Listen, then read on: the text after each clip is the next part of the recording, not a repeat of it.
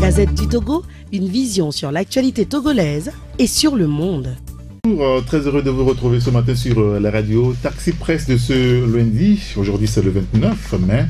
Ce sera avec Gérard Ouessant, le patron du journal Sika, Idelphonse Akwaki, le patron du site la Gazette du Togo.com, Jacques Diakouti, éditorialiste, et Michel Tadia du journal Ouara Les Vainqueurs. C'est avec eux que nous analyserons l'actualité socio-politique de notre pays. On parlera politique avec les 7 ans de l'accord politique UFC-RPT. Beaucoup de commentaires sur cet accord qui, pour beaucoup également, n'aura pas apporté grand-chose aux populations si ce n'est qu'aux signataires. Beaucoup plus l'union des forces de changement. On va revenir sur le sujet. L'administration togolaise veut se mettre au service des populations togolaises désormais. Un séminaire gouvernemental il y a quelques jours et beaucoup de commentaires là aussi. On a promis lundi dernier de revenir sur le sujet. On va faire un tour dans ce secteur de l'administration. Ce sera tout pour l'essentiel. Bienvenue à tous. Retour en studio avec mes confrères. Michel Tadia, le patron du journal Ouara Les Vainqueurs. Bonjour Michel. Bonjour Eric. Bonjour les confrères ici présents. Et puis bonjour à tous les auditeurs de Taxi Presse. Oui, c'est bien cela. Taxi Presse. Bonjour Idelphonse Akwaki. Bonjour Eric et bonjour à tout le monde. Merci d'être avec nous ce matin. C'est un plaisir. Gérard Ouessant, le patron du journal Sika. Bonjour Gérard. Bonjour et je salue tous ceux qui nous écoutent.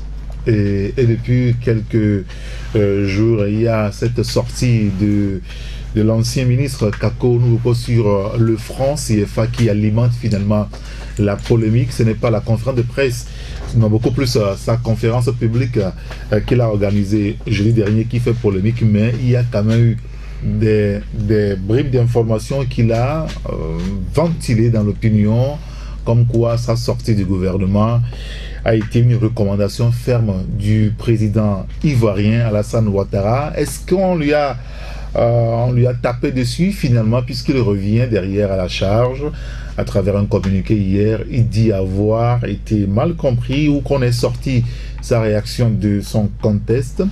Et ce qui fait la polémique, beaucoup de confrères ont traité le sujet depuis hier. Quelle est votre réaction par rapport à ça, Idelphonse Akwaki? La première observation, c'est de savoir si éventuellement il y a eu une rencontre au cours de laquelle le président ivoirien aurait demandé au président togolais de faire sortir du gouvernement le ministre togolais. C'est ma première observation. La deuxième observation, que vaut la souveraineté d'un État si c'est un autre qui vient demander que les choses se passent comme ceci et comme cela. Mais la sortie de l'ancien ministre, la dernière fois, comme tu l'as dit, a fait sortir dans l'opinion publique des brides sur certaines informations. À ce que je sache, jusqu'à ce que le ministre ne sorte du gouvernement, d'autres supputations ont fait état de ce qu'il avait dit, qu'il ne voulait plus continuer par collaborer avec les médiocres. Et donc, aujourd'hui, pour que tout cela soit clarifié, il faut que celui qui est à l'origine de ces rumeurs et supputations convoque la presse et arrive à être précis. Est-ce que il est sorti du gouvernement par X ou Y, ou bien c'est de son propre gré qu'il est sorti?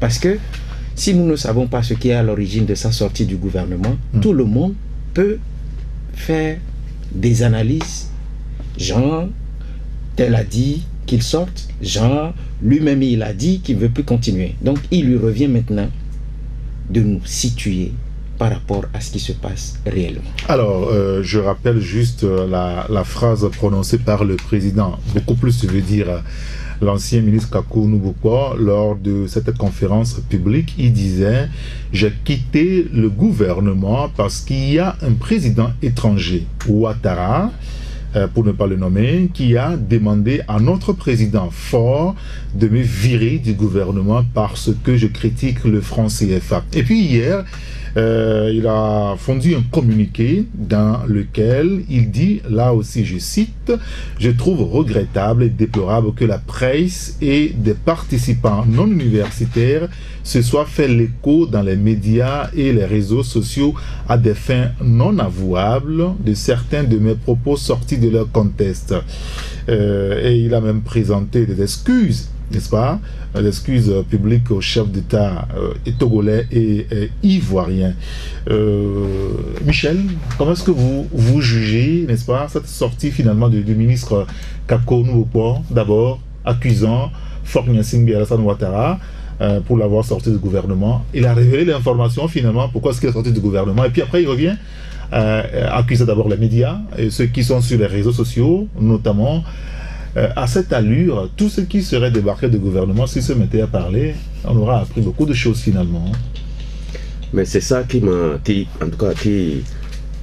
moi, parce que, vous savez, depuis sa sortie du gouvernement, oui, il y a beaucoup de choses qui ont été dites. On ne sait pas si c'est vrai ou pas, mais si lui-même la dernière fois, il ose. Parce qu'il est contraint à l'obligation de réserve, parce qu'il a géré un département ministériel et, à ce que je sache, il y a les rois de la République qui sont là et qui le contraignent carrément à avoir une attitude de réserve, oui, devant un peu de retenue, voilà ce que je voulais dire, devant certaines situations.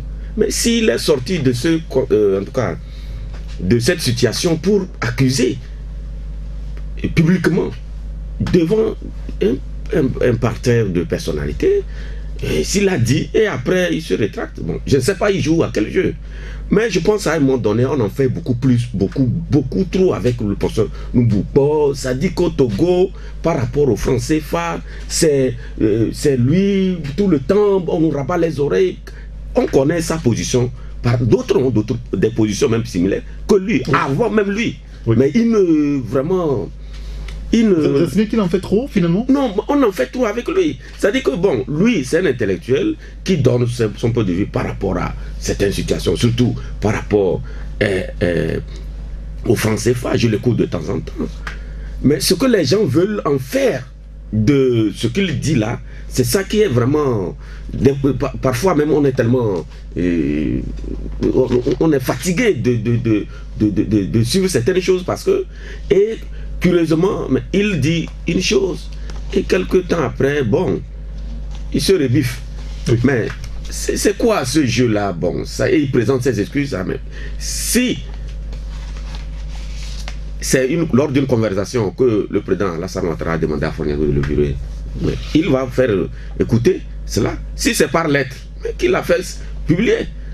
Mais c'est simple, c'est trop simple, je vais dire, de dire que bon, un président a demandé à un autre, quelles que soient les relations entre ces deux hommes-là. Dans le communiqué, excusez-moi de le préciser, il a dit que, eh bien, on a traversé ses propos. Et je vais le citer encore là. Dans mes propos, je faisais état d'une hypothétique requête formulée à l'endroit du chef de l'État togolais par son homologue ivoirien afin de me relever de mes fonctions ministérielles entre 2013 et 2015 suite à mes interventions critiques sur le franc CFA.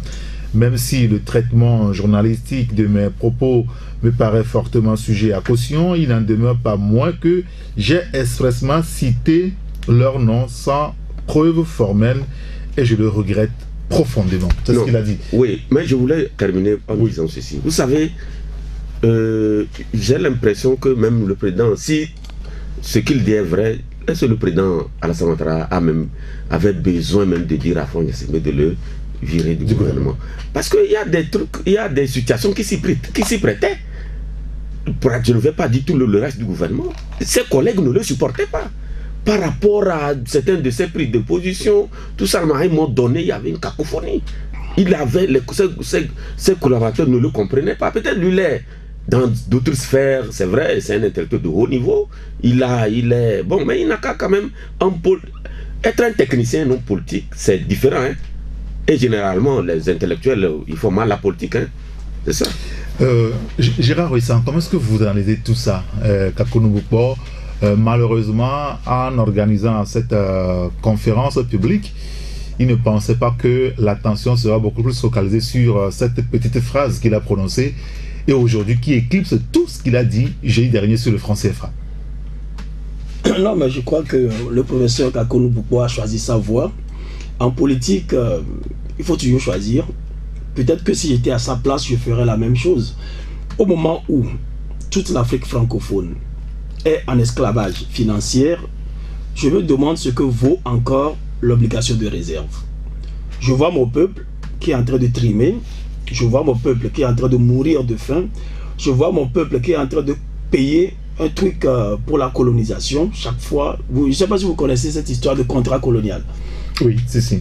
Et à chaque fois, nos pays francophones sont obligés de verser une certaine somme à la France comme prime pour la colonisation. Bon. Non, ça c'est votre analyse. Comme prime à la colonisation, ce n'est pas tout à fait même si j'appelle ça prime, en tout cas, c'est une redevance. C'est comme un tribut qu'on paye, que le colonisé paye au colonisateur. Ça a toujours existé. Si aujourd'hui, au 21e siècle, les gens pensent qu'il faut continuer à vivre cet esclavage, soit, c'est un choix. Mais si le professeur Noubouko pense que il faut donner un coup de pied dans la fourmilière et dire la vérité au peuple, il aura choisi aussi entre son poste de ministre et le sentiment de nationalisme qu'il a. Je crois que ce monsieur a choisi. Et voilà, moi je pense qu'il n'y a rien à reprocher. L'obligation de réserve, je me demande si c'est dans de tels cas qu'il faut appliquer cette théorie. Parce que quand vous voyez des gens en train de mourir de faim, des gens qui sont en esclavage, l'obligation de réserve, à mon avis, oui, parce que n'a plus sa raison d'être. En sortant du gouvernement, il aurait fait des confidences à certains de son entourage que c'est parce que, dans le gouvernement, il y a beaucoup qui sont des ministres médiocres. Et il est très heureux d'en sortir d'ailleurs. Aujourd'hui, qui dit que sa sortie est liée beaucoup plus à une recommandation du chef de l'État ivoirien. Il le dit jeudi. Le dimanche matin, il prend un communiqué pour dire qu'en réalité, ce n'est pas ce qu'il voulait dire. Il a plutôt parlé d'une hypothétique recommandation. Alors, on se dit pourquoi il y a un tel retournement de situation de l'homme. Non, mais je pense que nous sommes ici en tant que journalistes. Bien entendu. Et nous savons ce que ça veut dire, quelle force les pesanteurs, quelle force du moins en allant dans une telle aventure. Ou bien on lui a remonté les bretelles, finalement. Il s'est remonté les bretelles. Parce que quand vous faites des déclarations et vous voyez la force qu'il y a devant vous, ou bien les forces qu'il y a devant vous, de temps en temps on se dit, on ravale ses convictions. On se déjuge. Je crois que c'est la pression qui a fait que M. Kakonou Bokpo, il est en train d'hésiter un tout petit peu. Mais moi, c'est ce qui m'étonnerait, c'est que quelqu'un ose s'opposer à la circulation du CFA dans la zone franc et que rien ne se passe. Et qu'il n'y a pas la pression sur lui, et qu'il n'y ait pas du chantage, et qu'il n'y ait pas la volonté de l'anéantir. Il a osé s'opposer frontalement à ceux qui défendent le franc CFA. Les conséquences sont là. Il y aura la pression, quitte à lui maintenant de résister à ces pressions, ou bien à un moment donné de flancher. Mais moi, du moins pour la petite connaissance que j'ai, je sais que déjà, ne serait-ce que psychologiquement, le franc CFA est en train de détruire nos sociétés.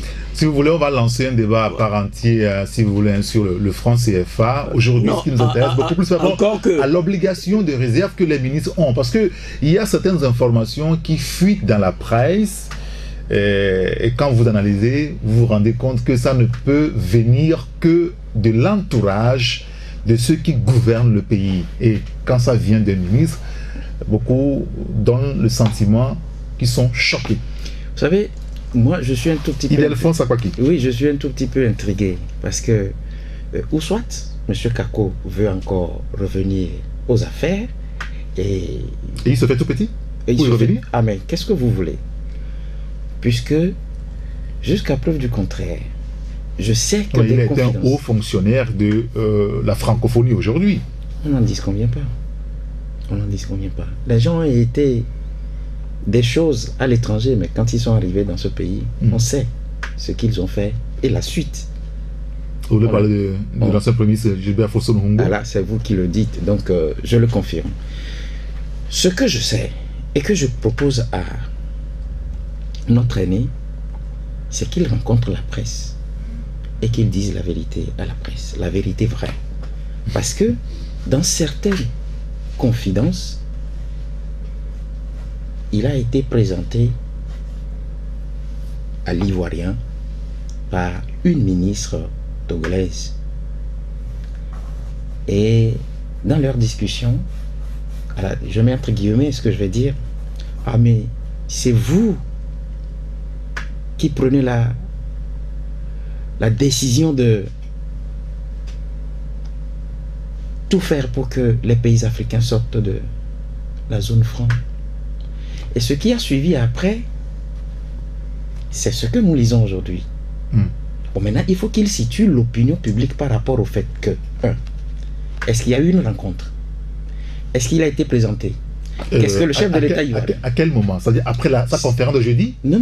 Ah, bien avant. Ça s'est présenté. C'est comme vous le dites. Au gouvernement. Oui, voilà. C'est comme vous le dites que si ces genres d'informations ne fusaient pas ou ne venaient pas, ces confidences ne venaient pas de ces autorités-là, on ne saura pas. Mais justement, nous savons qu'il y a eu des choses qui se sont passées comme ça. Mais maintenant, il faut qu'il essaie de réunir la presse et de dire la vérité à la presse. Je ne dis pas qu'il est en train de mentir, mais de dire ce qui s'est réellement passé. Ou alors, il fait des pieds et des mains pour entrer encore dans le gouvernement. C'est tout. Michel, est-ce qu'il n'y a pas un souci au-delà de Kakounoupa aujourd'hui que ceux qui sont dans l'entourage du chef de l'État, ceux qui ont été une fois ministres, ceux qui ont quand même exercé une haute fonction au sommet de l'État, puissent se mettre à faire des confidences qui finalement n'arrangent pas le pouvoir d'État? On ne parle pas de Faure Gnassingbé ici. Oui. D'abord, c'est une erreur même qu'il dévoile un certain nombre de choses, en tout cas devant la presse, parce que lorsque vous dirigez les affaires de ce pays, en tout cas lorsque vous gérez une parcelle de pouvoir, lorsque vous quittez votre poste, il y a certaines choses qu'on ne doit pas étaler sur la place publique. C'est une erreur de la part de... C'est pourquoi je dis les intellectuels tellement pointus là, souvent ils font mal la politique. Ça je le dis, oui. Non, Kakoun n'est pas un politique. Lui, il est un technocrate. Non, attention. Quand il vient au gouvernement, le gouvernement a une vision politique. Et il doit quand même s'imbriquer. C'est ce qu'il n'a pas voulu faire. Lui, il a sa vision à lui. Ça veut dire qu'il y a une discipline de groupe à observer. À observer devant certaines situations. Mbouko, c'est un technicien, c'est bon. Il est bon, on le sait. Mais faire de la politique, hein, je vois qu'il a des difficultés. Il a de sérieuses difficultés. Parce que, bon, c'est pourquoi je dis, par rapport aux francs CFA, il y a des gens qui ont quand même pris des positions comme ça, bien avant lui, des positions similaires à ce qu'il est en train de dire. Mais on n'a pas constaté du boucan, du bruit comme ce qu'on est en train de nous faire avec le professeur Nboukor. Et moi je dis que nous ne le disons pas parce que nous qui sommes ici, on a été un peu à l'école, mais on sait que le franc CFA, quand vous l'écoutez, c'est que le franc CFA actuellement, c'est comme lui-même le dit, c'est une monnaie de servitude. On est liés.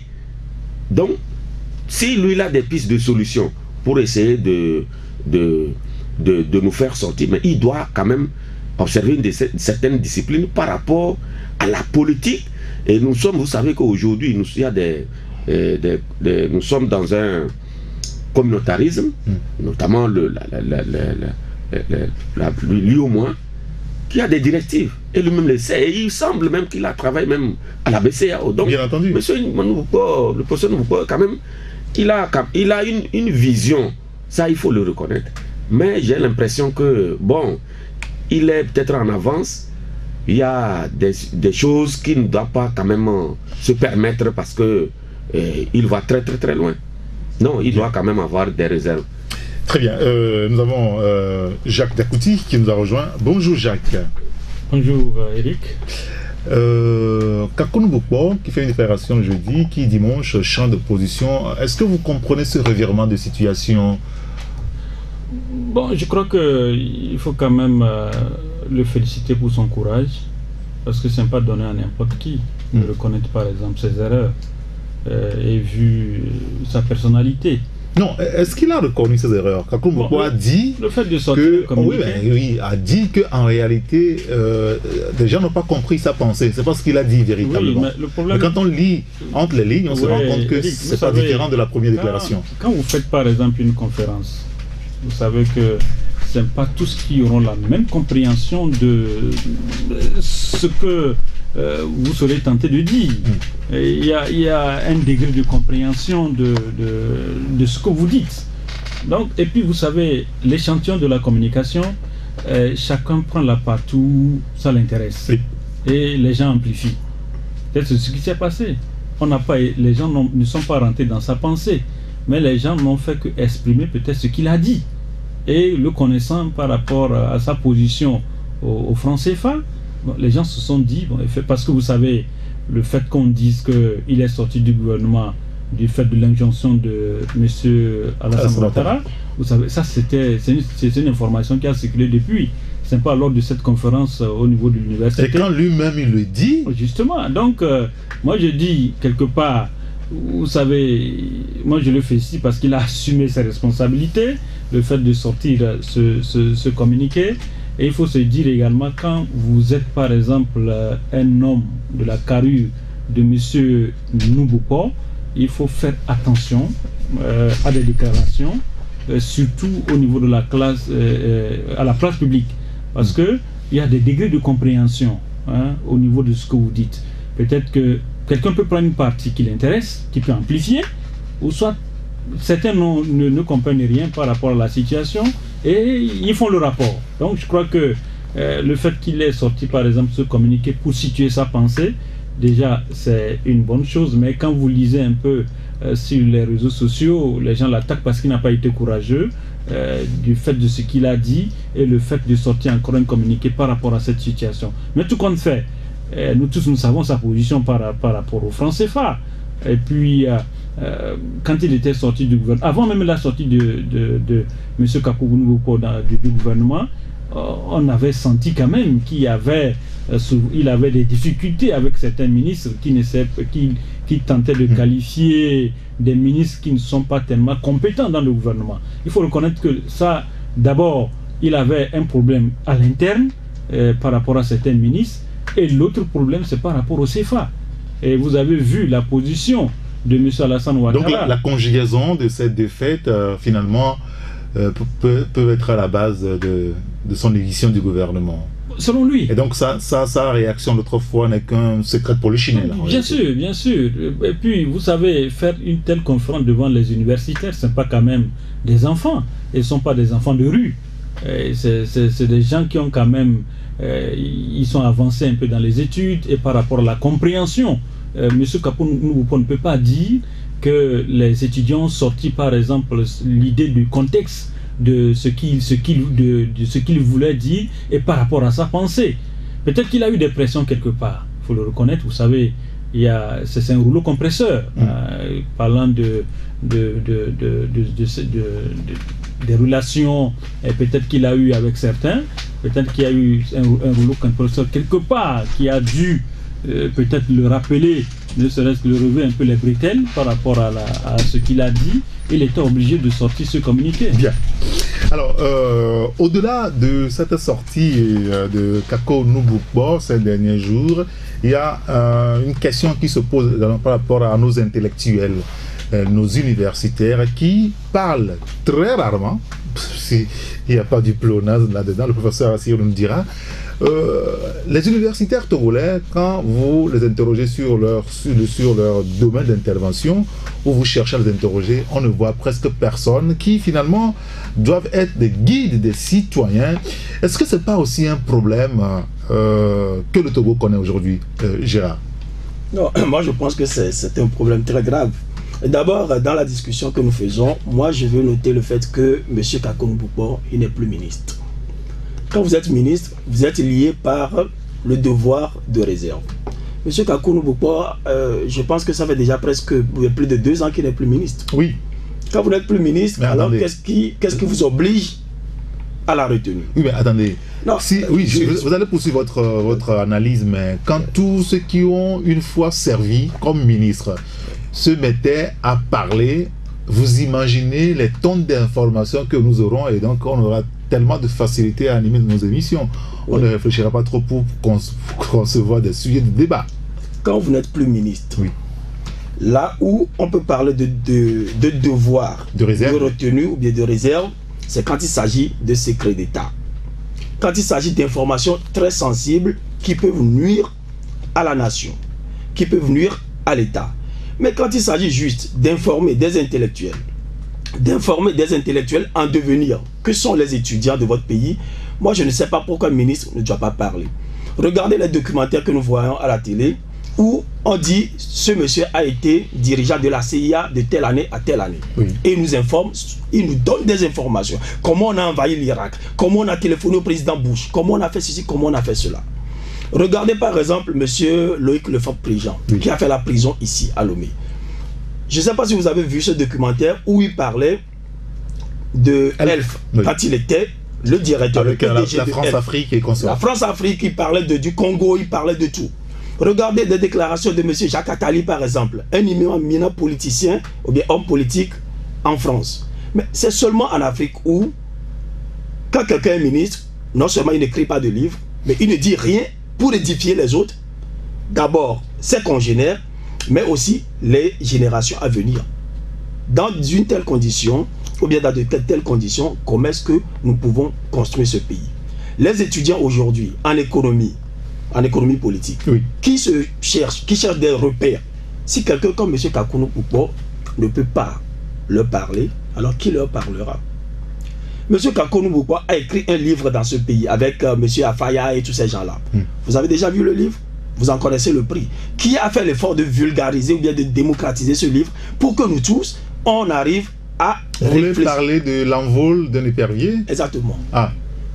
99% des Togolais n'ont jamais vu ce livre et 99% des Togolais ne liront jamais ce livre. Est-ce que vous pensez que... Mais c'est la faute à qui? Mais la faute à l'éducation nationale, la faute à ceux qui nous dirigent, la faute à la société civile, la faute à nous les journalistes qui pouvons répercuter ce livre, en parler pour que beaucoup plus de gens en connaissent le contenu. Bien. Mais retenir l'information tout le temps au nom d'une hypothétique droit de réserve ou bien devoir de retenue, moi je suis très loin de comprendre ça. Non, je vous redonnerai la parole. Juste une remarque, moi je serais content si on pouvait s'appesantir plus sur le fond du problème.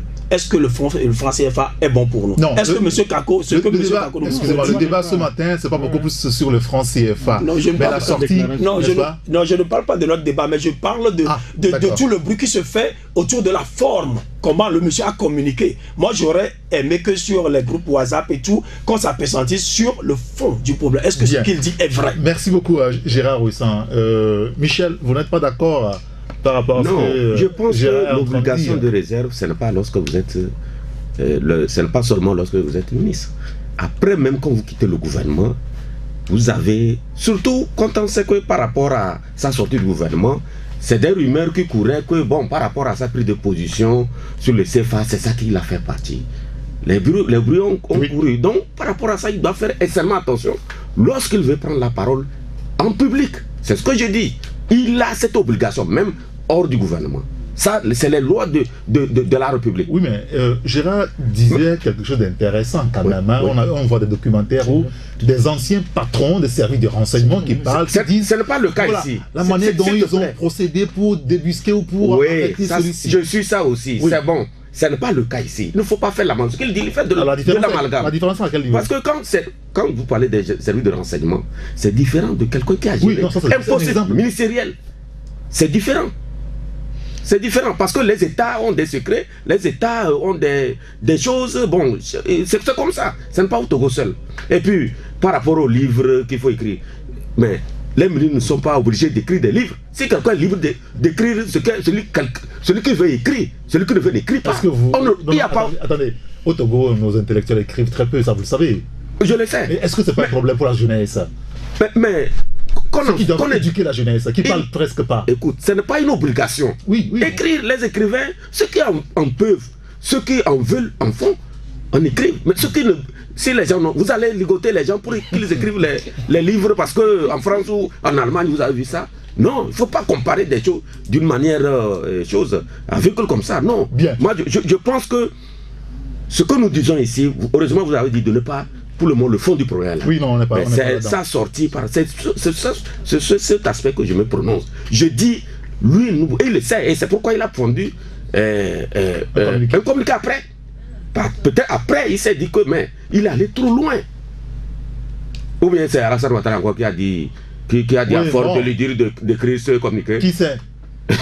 Merci beaucoup. Oui, on a 45 secondes. Après, à la reprise, on va revenir sur le sujet, naturellement, par rapport aux intellectuels, nos universitaires qui parlent presque pas sur des sujets qui relèvent quand même de leur domaine. Moi, je veux juste relever un fait. Vous avez bien fait de mettre ce sujet-là au tapis.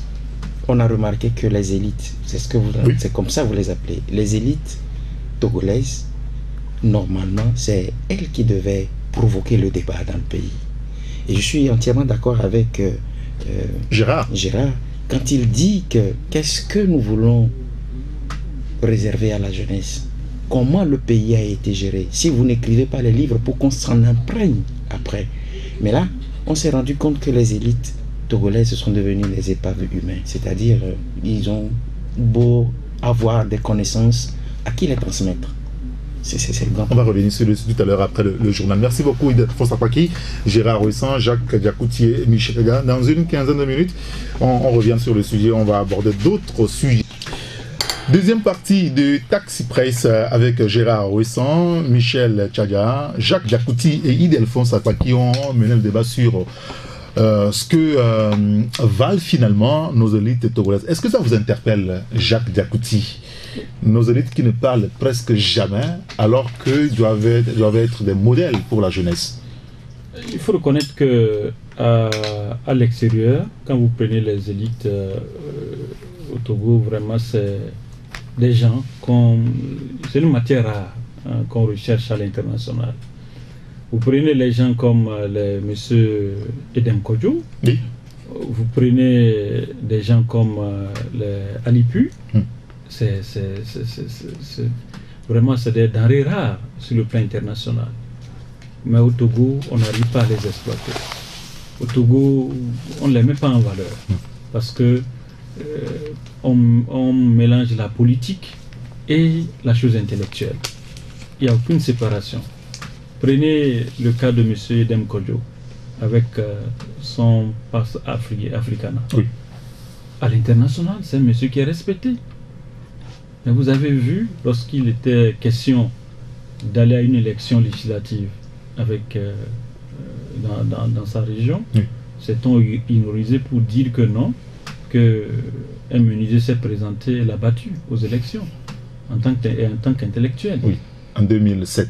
Oui, c'est ridicule que une personnalité d'envergure comme M. Edem Kodjo qui se fasse battre dans sa localité comme ça. Donc ça dit que on ne met pas en valeur non, attendez, que nous avons. Je ne vous suis pas, Jacques. Est-ce que ce sont les populations, c'est à elles de mettre en valeur les leaders que nous avons, ou c'est aux leaders de prendre la parole sur tous les sujets de la société, de servir de guide, d'éclaireur pour les populations? Les deux.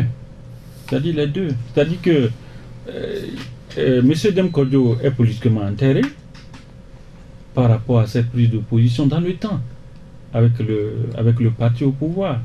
Au Togo, dès que vous commencez pas à collaborer avec le parti au pouvoir, mais c'est fini, on vous oublie. Alors que les choses ne devaient pas être comme ça. C'est vrai que Edem Kodjo, il écrit aussi. Oui. Edem Kodjo écrit. Mais comme Gérard le disait, vous savez combien de Togolais savent que M. Edem Kodjo écrit? Peu. Vous prenez le tout jeune politicien qui était venu entre-temps, Olympio, Alberto Olympio. Il a aussi écrit. Mais combien de Togolais savent qu'il a écrit? C'est ça. On ne met pas en valeur ces intellectuels Et les intellectuels aussi ne se mettent pas en valeur. Du moment où on ne les accepte pas à l'interne, ils sont obligés d'aller s'exercer à l'international. Et c'est ce que nous constatons. Le professeur Kakonou Bouko, quand vous l'écoutez sur les médias, par exemple, internationaux, vous voyez que c'est un monsieur très posé. Mais quand il est dans son pays, il est souvent difficile de dire ce qu'il dit souvent à l'extérieur par rapport à l'interne dans son pays. Il a peur. En fait, c'est ça, c'est la peur qui fait que aujourd'hui les langues n'arrivent pas à se délier. Et pour pouvoir effectivement exprimer le ressentiment. De quel type de peur parlez-vous, Jacques? Mais la peur politique, au fait. Les représailles. C'est tout. Les gens ne veulent pas se libérer. Les gens ont peur de la parole. Les gens ont peur de libérer la parole par rapport à leurs convictions. Vous allez voir sur un sujet donné, il est difficile de voir certaines personnes prendre des positions. C'est rare de le voir. Rare de le constater également. Alors, pourquoi ailleurs, Ildefonse Akbaki, pourquoi ailleurs c'est facile pour les élites d'autres pays africains de prendre position dans certains sujets, et qu'au Togo, c'est aussi difficile pour nos élites de se prononcer. À l'université de Lomé de Kara, il nous semble que nous avons d'imminentes personnalités qui enseignent dans la politique, dans le social, qui sont au niveau de l'économie, au niveau de l'histoire, de la géographie, mais sur des questions éminemment importantes, on ne les trouve pas. C'est la question que nous nous posons. Jacques a essayé de dire certaines choses. Je ne suis pas totalement d'accord, mais par rapport au fait que ça doit venir du peuple. Mais quand moi je deviens une élite, je ne vais pas rester là les bras croisés à demander que c'est le peuple qui fera de moi ce que je suis. Ailleurs, ce que je sais d'une élite, c'est ces élites-là, comme je l'ai dit, qui provoquent le débat. Ça dit que c'est la mission principale d'une élite. En même temps, vous avez vite fait de les enterrer quand ils parlent. On a vu dans ce pays une personnalité qui prend position dans tel dossier que les médias l'enterrent tout de suite. Est-ce que Jacques est en train de dire? Est-ce que c'est ça qui fait que les autres ne feront pas ce qu'ils doivent faire normalement? Est-ce que c'est ce qui a fait aujourd'hui, comme je viens de le dire, que nos élites sont devenues aujourd'hui des épaves humains? Ils ne servent à rien du tout. Ils sont là parce qu'on a peur des représailles. Or, pour que l'État togolais soit État togolais, il faut que tout ce que ces élites-là ont appris, qu'on mette toutes ces connaissances-là au service des autres. Vous avez dit, et lui, Jacques, il a confirmé qu'à l'international, c'est des gens qui ont une valeur. Ils sont plus à l'aise. Ils sont plus à l'aise. Mais pourquoi, à l'interne, ce qu'ils font ailleurs, ils n'arrivent pas à le faire à l'interne? Quelles sont ces pesanteurs-là qui font en sorte que, lorsque vous savez que ce que vous dites est vrai, même quand vous prenez position, pourquoi, lorsqu'on vous critiquera, vous n'arriverez pas à mettre sur la place publique les réalités de ce que vous véhiculez comme message, comme connaissance? À mon avis, je dis que effectivement, il y a et il y aura toujours des pesanteurs. Pourquoi? Parce que le pays est fait ainsi. Je prends juste un exemple. Lorsque vous mettrez devant une autorité qui viole une loi de la République et vous lui dites, il ne vous est pas permis de violer la loi là. Surtout que cette autorité-là, c'est elle qui est garante du respect de cette loi. Vous allez voir les représailles. Mais voilà, c'est ce qui se passe. Alors, des gens se taisent-ils pour conserver leur poste au niveau de l'administration ou au niveau de la politique, ou des gens ne veulent pas parler pour attirer des ennuis sur leur famille, alors qu'ils constituent, ou elles constituent ces personnes-là des personnes ressources finalement? Michel Teda. Non, moi, je pense que l'affaire là est simple. C'est que les gens pensent trop à leur ventre, c'est tout. Vous savez, si c'est pas que... Non, vous pouvez pas être cinglant comme ça. Non, c'est... Vous voyez, c'est en cela même, je trouve que le chef de l'État, normalement, la parole doit être libérée actuellement. Front Yassine l'a dit, vous l'avez suivi le 27 avril dernier. Oui, il faut libérons les énergies. Les enseignants du supérieur, il a changé leur situation. Leurs salaires sont conséquents. Oui. Pour dire que c'est des gens d'un certain niveau, ils doivent être libres pour vraiment, en tout cas, que les populations bénéficient de leur savoir. Est-ce que ce n'est pas le moment Il n'y a pas très longtemps, les professeurs d'université allaient en Vespa à l'université pour enseigner. Sur les bébés, je ne vais pas citer, ils allaient enseigner. Mais aujourd'hui, ce n'est pas le cas. C'est tout simplement parce que les gens, rappelez-vous, en 90, quand le professeur Ninevi est rentré en opposition, tout simplement parce que il voulait prendre, à l'époque c'était le rectorat, il voulait prendre le rectorat et que ça, Yadema ne voulait pas de lui, il a donné ça comme la Vicedo. Et il a gardé dedans. Ça veut dire que c'est les avantages. Les gens vraiment pensent à leur intérêt immédiat. Et les gens sont obligés de, comment on le dit, de se sous-évaluer, d'être dociles pour pouvoir avoir accès à certains postes ministériels, je sais où encore. C'est tout le problème. Les rares qui prennent la parole, oui. Mais ailleurs on les traite de tête brûlée. De tête brûlée. Ça veut dire que c'est des gens qui ne s'attendent pas à grand chose. Ils s'en foutent. Parce qu'ils sont déjà étiquetés comme quoi. Mais lorsque vous connaissez votre valeur, vous prenez de la hauteur, vous dites ce que vous pensez par rapport à des, comment l'appelle-t-on, à certains débats concernant l'avenir du pays. Mais ces intellectuels doivent se prononcer. On doit savoir que pensent-ils. Et nous, les hommes d'en bas, là, ça peut nous servir à nous orienter, à faire la part des choses.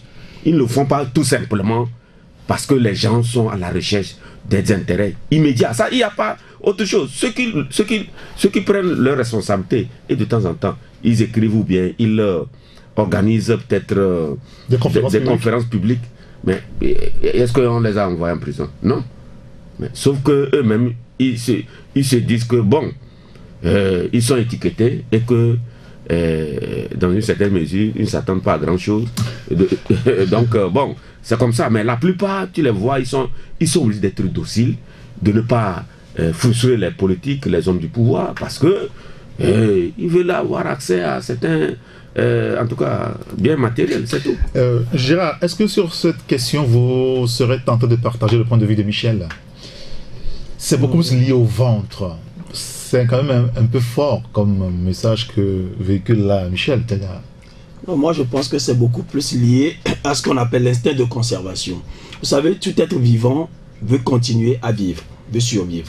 Mais quand vous savez que en disant une certaine vérité, vous risquez de perdre votre vie, ben, il faut avoir un sacré courage pour quand même le faire.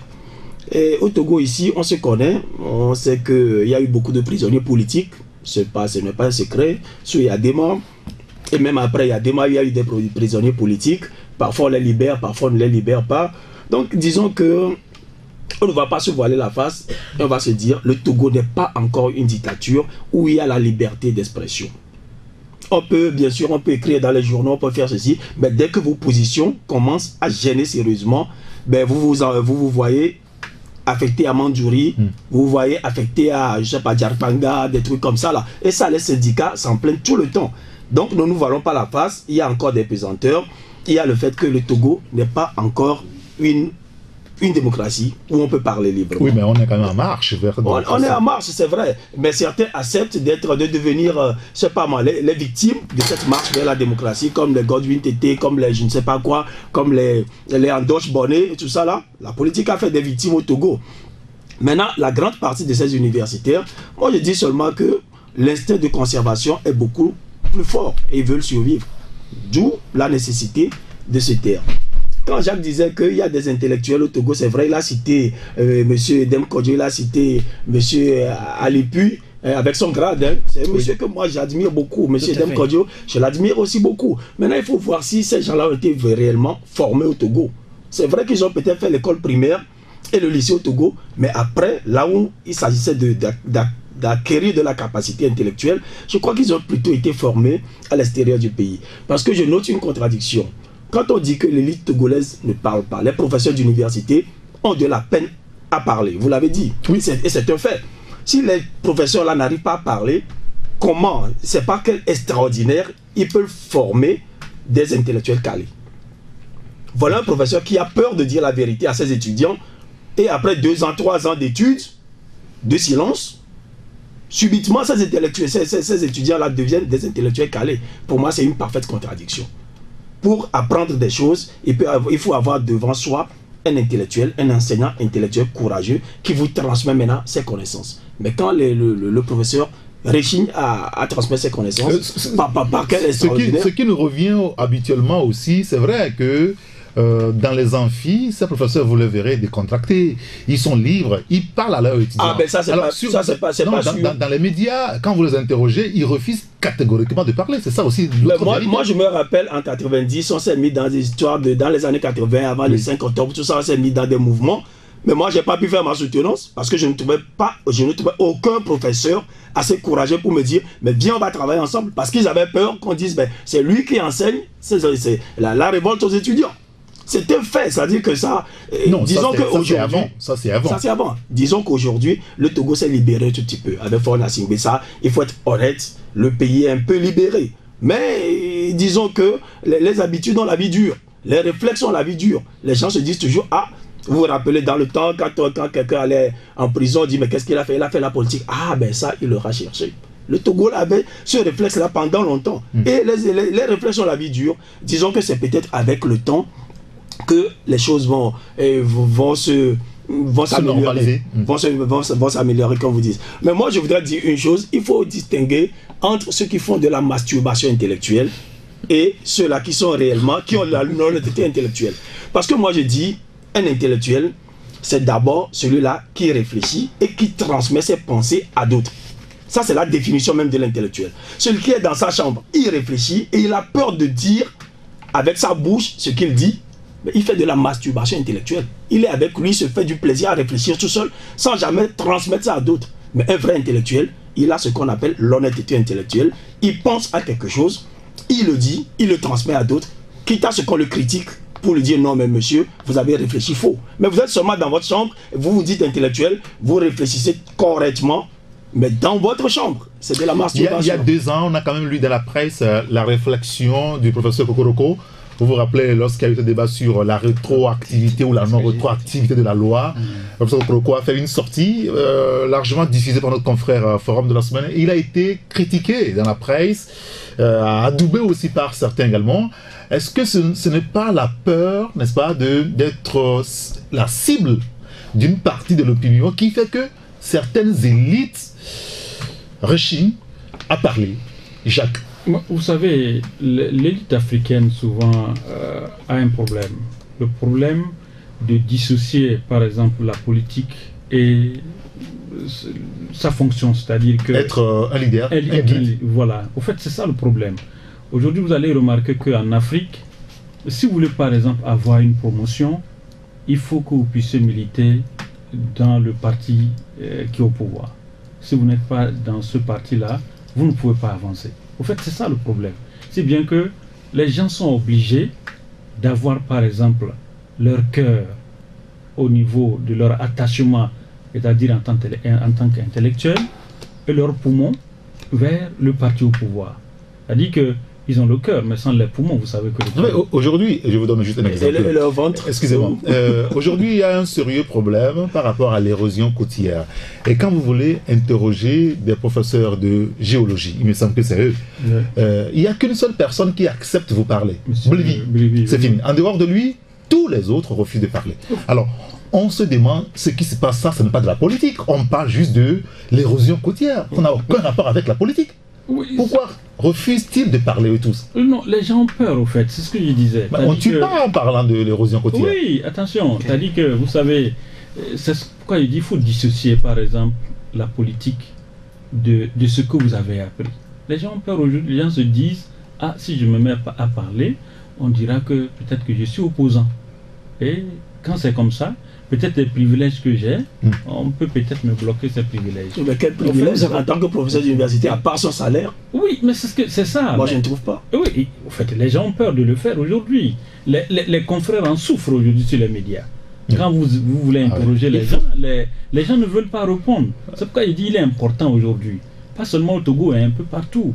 Aujourd'hui, quand vous prenez les intellectuels, ils ont peur de pouvoir s'afficher et donner leur point de vue parce que s'ils veulent prendre par exemple des positions, ils ont peur de perdre les privilèges.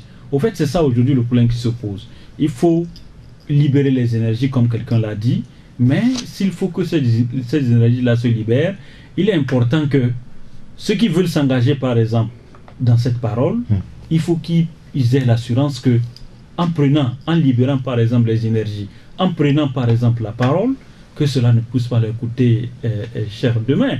Nous avons vu ce qui s'est passé avant les élections ou bien après les élections, où il était question, où on parlait par exemple de l'APG. Oui. On a vu la position qu'un certain, au niveau du ministère de l'administration territoriale, ce qu'il a dit sur la décentralisation. Oui, si. Vous avez vu ce que cela a coûté? Il a été changé.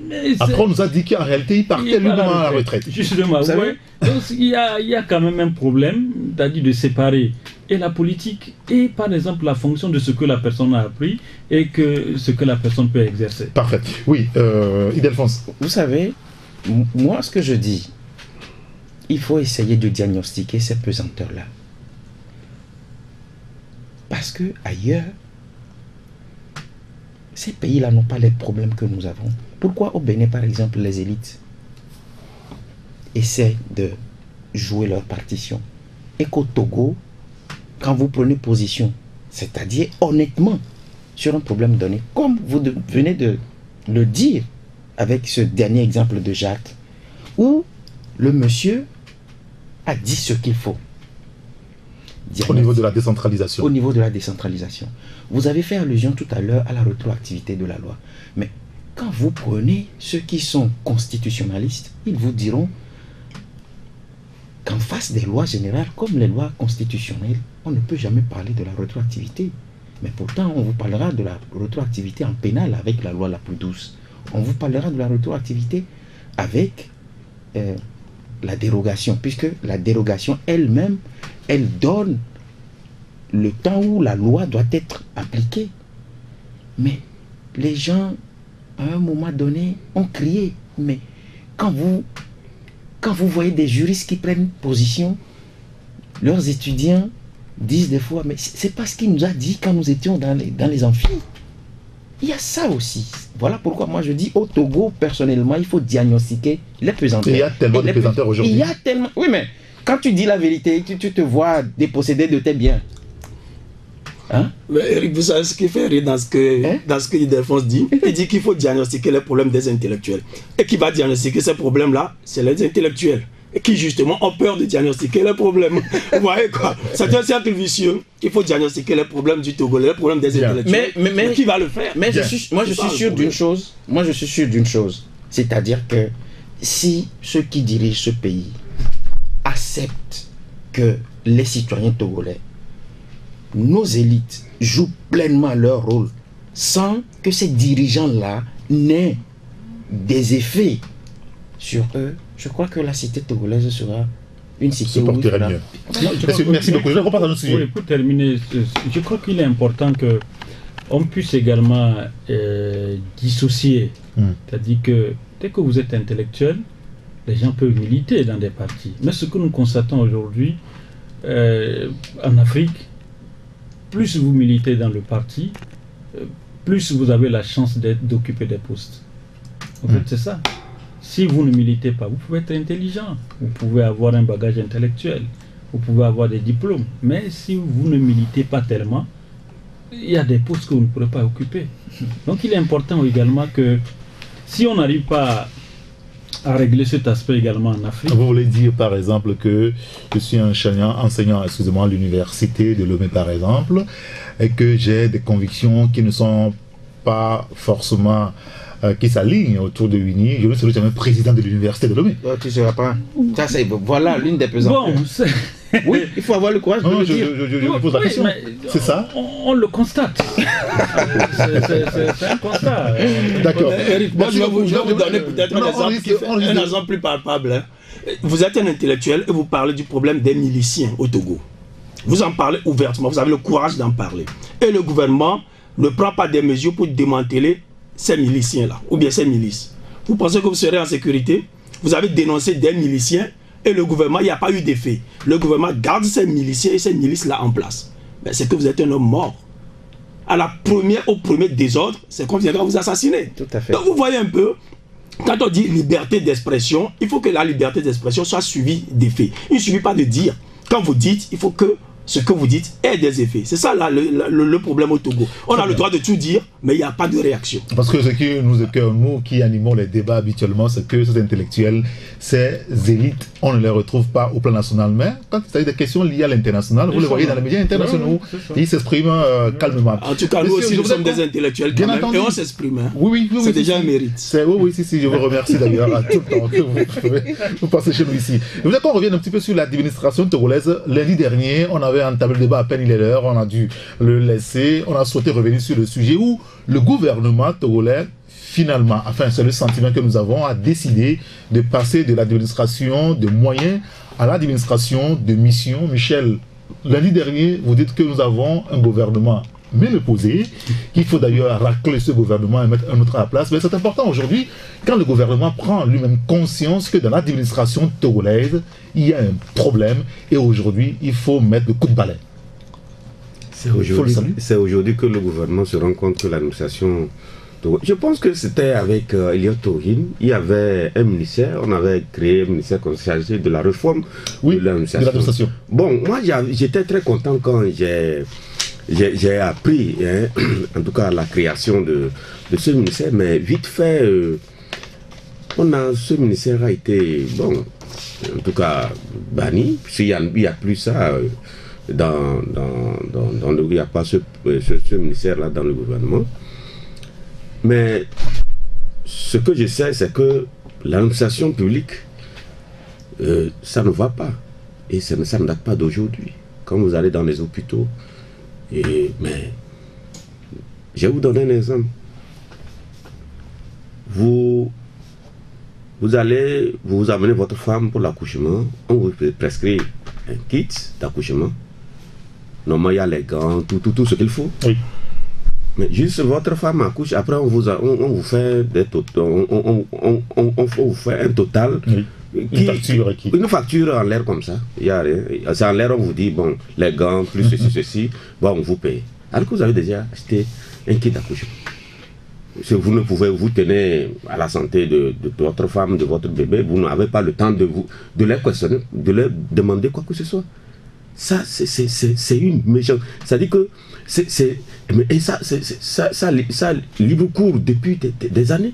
Vous allez dans des ministères, vous allez dans des directions, vous saluez la secrétaire, ne vous répond pas. Parfois, elle est en train d'arranger son à demain qu'elle va faire préparer le soir. Parfois, elle passe de la vernis sur ses ongles, elle fait de la pédicure. Non, ça existe encore dans l'administration. Mais elle fait de la pédicure, mais elle ne vous regarde même pas. Mais lorsque on est devant une telle situation, alors que l'administration publique doit donner satisfaction à la population, quand vous constatez ça, et pendant des années, c'était au temps du général Demang, il avait fait organiser une descente sans effet. Il y avait le premier ministre Kofi Mali qui a aussi fait une descente, ça n'a rien donné. Bon, et finalement, personne n'ose s'aventurer sur ce chemin-là, parce que bon, c'est laisser aller, les gens se comportent comme ils veulent, mais à la fin du mois, les gens ont leur salaire. C'est pourquoi j'ai un ami à qui je dis tout le temps que l'administration publique au Togo, c'est bien. Puisque vous allez vous faire le tour, vous êtes dans les couloirs, à midi vous partez, puis le soir vous venez, vous faites semblant, puis vous partez, puis c'est comme ça, les 5 jours de la semaine, et à la fin du mois, vous avez votre salaire. Aujourd'hui, le gouvernement on parle de l'administration, on veut passer de l'administration de moyens, de mission. Bon, ça veut dire quoi? Ben, ça veut dire qu'ils seront plus regardants maintenant, ceux qui sont au sommet. Ça veut dire qu'on mettra l'administration au pas maintenant. Bon, franchement, il faut que le peuple nous explique, peut-être après la presse, voilà ce que nous voulons par rapport à ce que nous voulons en passant de l'administration de moyens à l'administration de missions. Sinon, moi, je dis une chose, c'est que il y a des ministres aujourd'hui qui sont là seulement de nom. Ils sont dépassés, ils ne peuvent plus rien. Si Faure Gnassingbé veut quand même que ce pays, je sais qu'il a la bonne volonté, puisque dans ses discours, en tout cas, je n'ai pas le droit de ne pas croire à un chef d'État. Ce qu'il dit par rapport à ses ambitions pour ce pays, je trouve ça. Mais juste après, quand j'observe certains de ces ministres à l'œuvre, mais je me demande, mais c'est comme c'est entre le jour et la nuit. Mais j'ai dit, et je le dis souvent, sur la trentaine de ministres actuellement, c'est à peine 5 ou 6 ministres que vous voyez tout le temps sur le tour de la manche. Le reste, ils sont là. Donc, la solution, c'est de ce gouvernement, c'est de le remanier en fond pour essayer. Il y a de 6 millions de Togolais, il y a des gens qui attendent. Il faut que le chef d'État ait le courage de nous donner d'autres personnalités pour voir ce qu'elles sont en mesure de faire. Que de nous, tout le temps, de nous, les mêmes, mais bon, les résultats tardent à arriver. C'est de ça que la question. Merci beaucoup, Michel. Ildefonse. Vous savez, je fais la même remarque de ce que l'administration togolaise à 100%. Et ça, ce que je dis m'engage. Bien entendu. Quand vous la prenez, vous allez remarquer que c'est le militantisme à outrance qui fait que aujourd'hui nous avons cette administration-là. Première remarque. La deuxième remarque, c'est que on ne place pas pour la plupart du temps ceux qu'il faut à la place où ces personnes sont. Au niveau de l'administration? Moi je le dis. Au niveau de il y a beaucoup de nos concitoyens qui sont recrutés parce qu'ils ont passé un concours. Non, ils ont été déclarés admis et puis on les recrute dans l'administration publique. On sait comment ces concours se font. Vous savez, parlons-en. Concours avant d'entrer dans l'administration. Des gens qui sont à la maison, qui ne viennent même pas composer. Vous avez un exemple là à me donner? Vous savez, c'est quand même facile. On entend ce genre de discours que des gens sont à la maison. On a parlé tout à l'heure. Mais ils vont quand même. On a parlé tout à l'heure. On a parlé tout à l'heure d'anciens ministres qui ne devaient pas normalement parler. Moi, un ancien ministre m'a fait une confidence. Il dit que c'est lui-même qui a demandé. Et il était auteur. Toute la liste qui lui a été envoyée. Lorsque les résultats sont sortis, le ministre était éberlué de se rendre compte que quand il comparait les listes, il y a des gens même qui n'ont pas leur nom sur la liste là, mais qui sont admis. Ça, c'est l'administration togolaise. Qu'est-ce que vous voulez? Et dans cette même administration togolaise là, on remercie des gens pour des missions barbouzes qu'ils ont effectuées. Et on les place à des postes impossibles. L'administration togolaise également, c'est quoi? C'est qu'on ne rend pas compte. Est-ce que vous avez vu, on a rendu compte à ce peuple-là? On gère l'administration tout comme une épicerie. Comment est-ce que vous voulez qu'on rende compte? De quelle manière, je veux savoir? Ah bon? Non, j'ai envie de savoir. Qu'un soir, à la télévision nationale, le ministre de l'administration territoriale, celui de la fonction publique, par exemple, arrive et nous dit mes chers concitoyens, voilà, au niveau de... Ici, on a injecté tel, voilà les résultats, voilà, c'est ça. Est-ce que l'administration togolaise a un chef? Bien sûr. Nous avons un ministre de la fonction publique. Je me rappelle qu'au temps de Fossou Ngbo, il y avait ces exercices-là que ce monsieur faisait. Et tous les ministres étaient là. Le cabinet? Tout le cabinet était là. Au moins, lui, il se prêtait à ce jeu-là. Il l'a fait autant de fois qu'il était là. Mais, attends, dis-moi. Il nous semble que ça a commencé aussi sous l'homme Classou, depuis quelque temps maintenant. Mais non.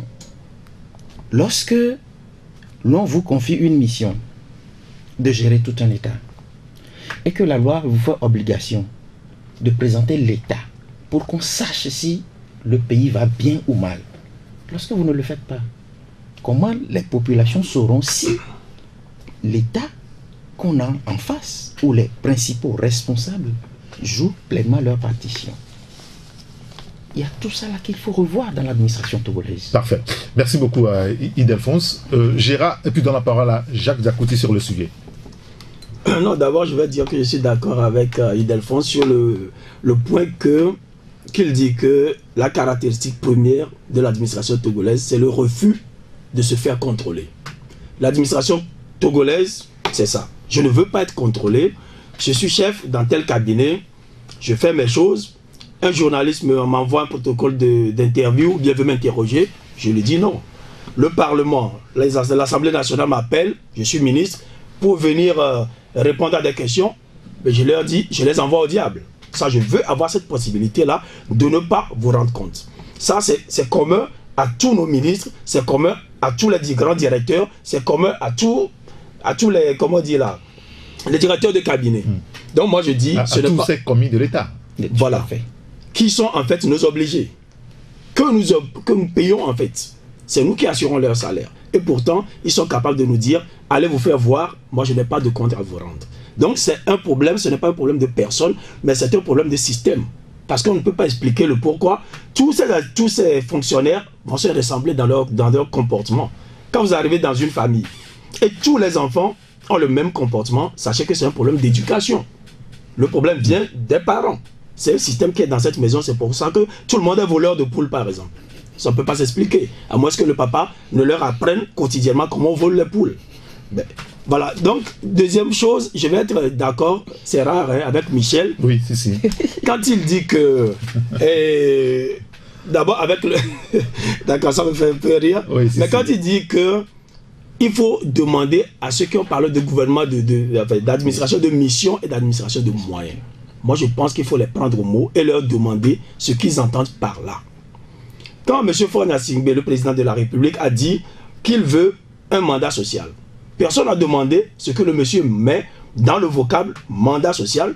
Mais après, on commence à crier, on a augmenté le prix du carburant, on a fait ceci, on a fait cela. Mais au moment où la personne vous parle, vous pond une expression, demandez-lui de définir ce que cela veut dire. Bon, cela s'entend, non? Non, cela ne s'entend pas du tout. On a parlé du social. C'est justement ça le problème. N'importe qui s'occupe des sens sociaux va vous dire, quand quelqu'un pond une expression, demandez-lui ce qu'il met dedans, dans cette expression. Quand on parle de génocide, vous avez vu, à l'ONU, ça c'est l'objet de beaucoup d'études et de critiques. Qu'est-ce qu'on appelle génocide? Les gens ont passé des années à définir le mot génocide. Mais nous prenons pour de l'argent comptant quand on dit gouvernement de mission et gouvernement de qu'est-ce que vous avez dit? Oui, de moyens à gouvernement de mission. La première des choses, c'est que le ministre nous donne une définition des deux termes. Qu'est-ce qu'il met dans cela? Comme ça, après 2 mois, 3 mois, on pourra lui dire, mais monsieur le ministre, vous avez parlé de gouvernement de moyens, qu'on passe de gouvernement de moyens à gouvernement de mission.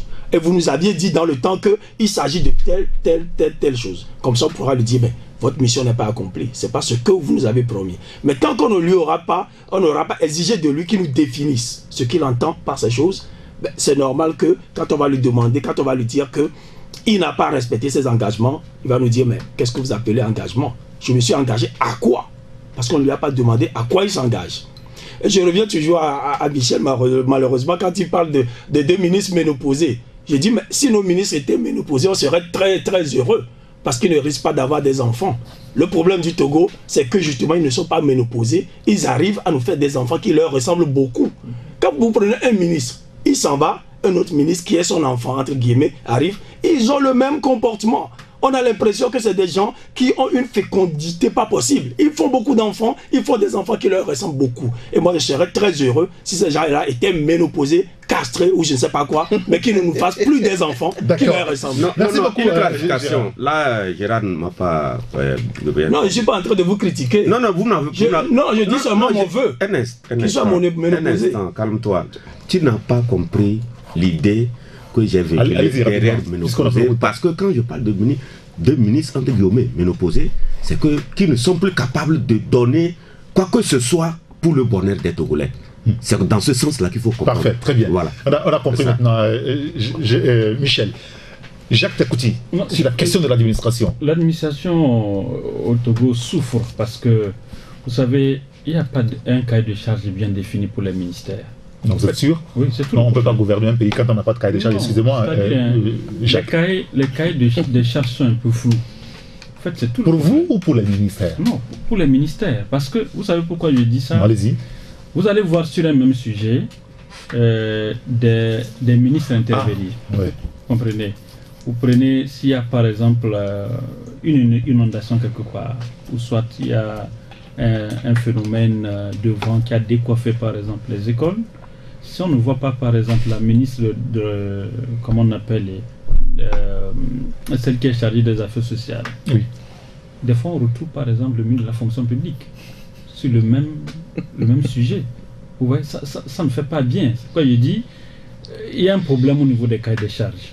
C'est-à-dire que nous savons que dans un État, lorsqu'il y a ces catastrophes-là qui surviennent, si ce n'est pas celui de l'action sociale, c'est le ministère de la Sécurité. Au fait, c'est les deux entités-là qui interviennent au niveau de s'il y a par exemple ce genre de catastrophe.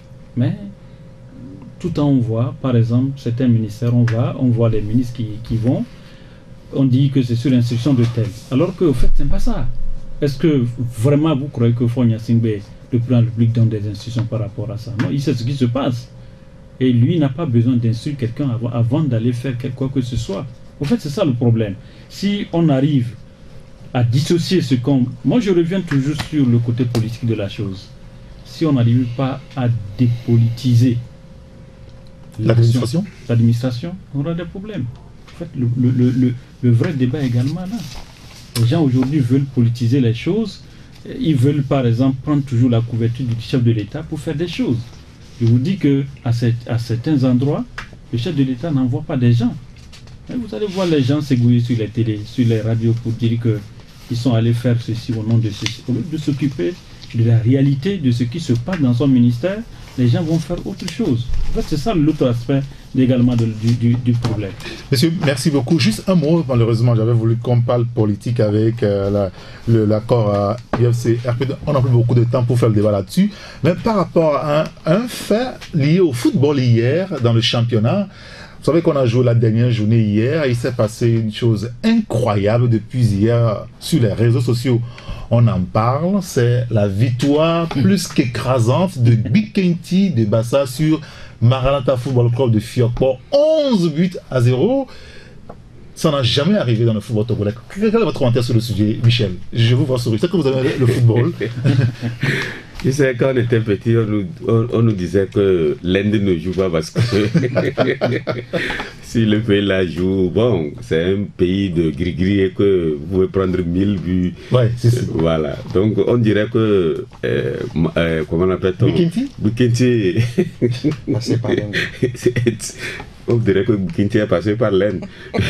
Mais vous voyez, c'est que moi, j'étais quelque part où, bon, on nous donnait le score en tout cas, sur certains stades au fur et à mesure. Quand ils étaient à 7-0, après 8, 9, 10, ça nous faisait rire.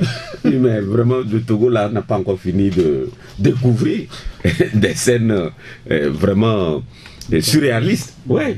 Et pour être sérieux, c'est que j'ai l'impression que quelque chose n'a pas marché hier. Il doit y avoir quelque chose. Il faut quand même que, vu certains scores que le comité exécutif de l'AFTF vraiment prenne ses responsabilités. Il doit y avoir quand même des enquêtes. Mais c'est trop facile, 11-8. Oui, il doit y avoir des enquêtes. Quand on voit les buts marqués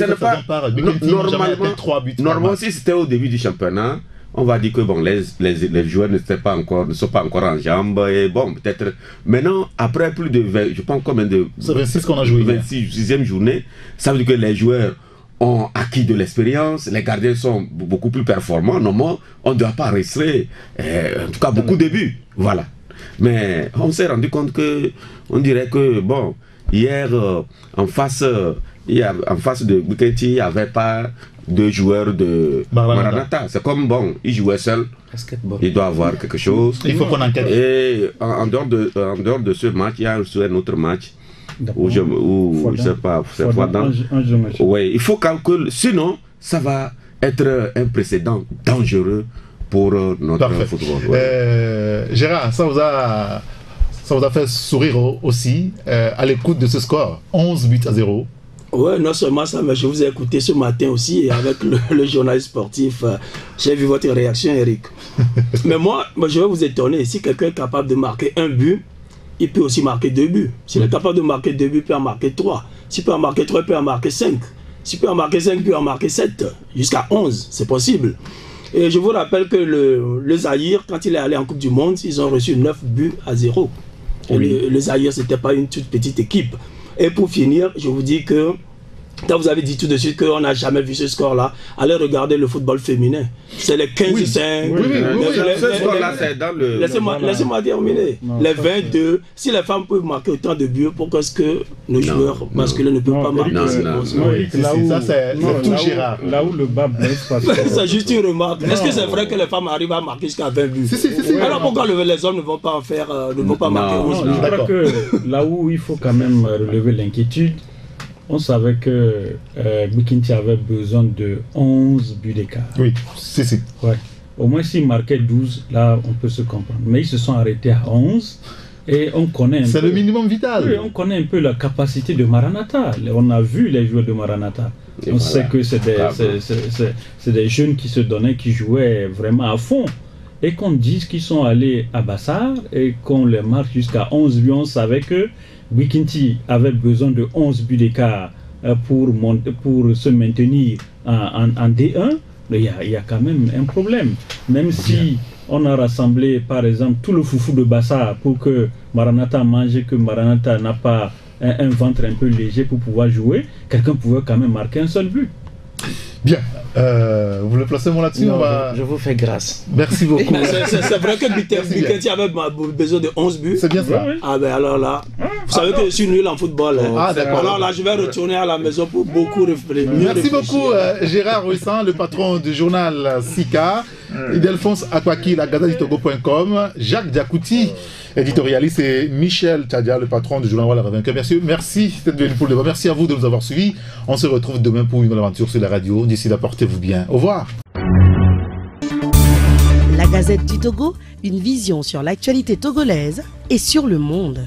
Rejoignez-nous sur le www.lagazettedutogo.com ou sur nos comptes Facebook, Twitter et YouTube. Pour tout contact, écrivez à contact@lagazettedutogo.com ou appelez le 92 80 88 53. La Gazette du Togo, c'est l'information en continu.